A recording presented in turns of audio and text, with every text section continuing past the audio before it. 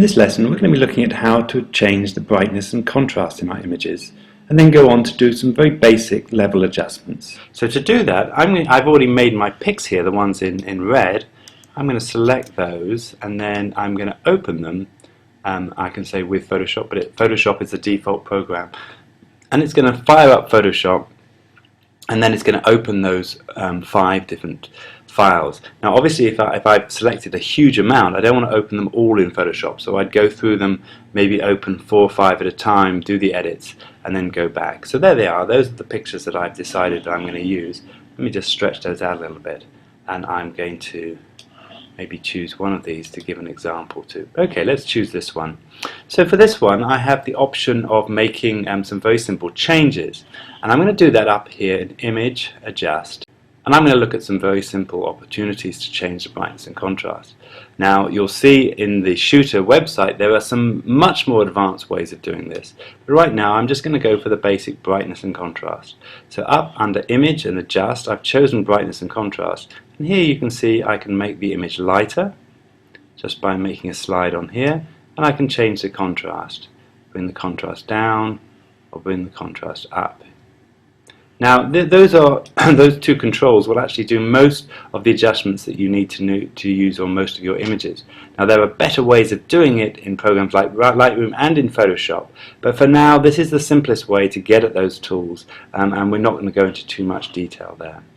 Okay, the other thing that you might want to do is to change the levels. So under here we go Image, Adjust and Levels. Now levels is a slightly more complicated way of making adjustments, and in the digital imaging section you will find lots and lots of really detailed information if you want to get more into this. But right here the simplest thing here is just to make some slider adjustments, and normally to take out the areas that have got no information. Now there's only a little bit there, but I could make some quite big changes with these sliders here, and again it gives you really good opportunities to change brightness and contrast in a little bit more of a controlled way. Now as I said, if you go to the Shooter website you're going to find lots and lots more information, so I'm not going to dwell on this for now, but if you just want to make very quick simple adjustments, those are the easiest tools to get to them. Okay, in the next lesson we're going to look at how to remove a mark from one of your images.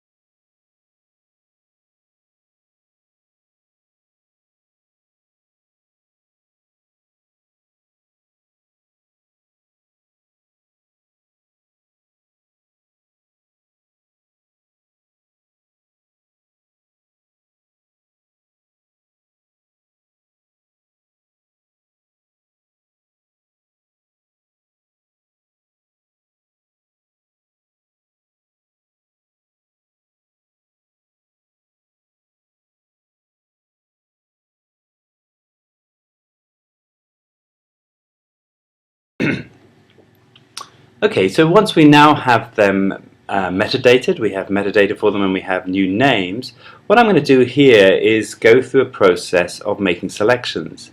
Now there's lots of different ways you can do that. If you go up to view up here, we can have slideshows, we can have a review mode, which I'll just quickly show you, which goes through the images one by one in this particular format. You're not seeing all of the screen there. Or I can just press the space bar and it will come up full screen and I can flick through them, and again you're not seeing it full screen. You're not seeing all of the screen because my screen recorder is only recording part of my screen here. So just to make things easier, what I'm going to do is I'm going to just enlarge by sliding on this slider at the bottom, so we've just got one image.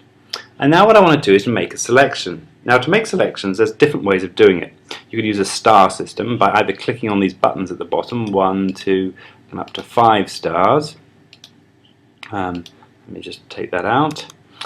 Or you can use a label, and I like to use a label because a label gives it a colour and it can differentiate between my video, my audio and my pictures. So for my pictures I'm going to use the red label, which in this case is Apple or Control 6, and that puts a red label on it, shows me I want it. Now I'm going to just use the sidebar. Sorry, I'm going to use the arrow bar, arrowing right to go through my images. So this is another one I want, so again I'm going Apple 6 to get my red, and then I'm looking at these and I'm going to choose the one that I want most.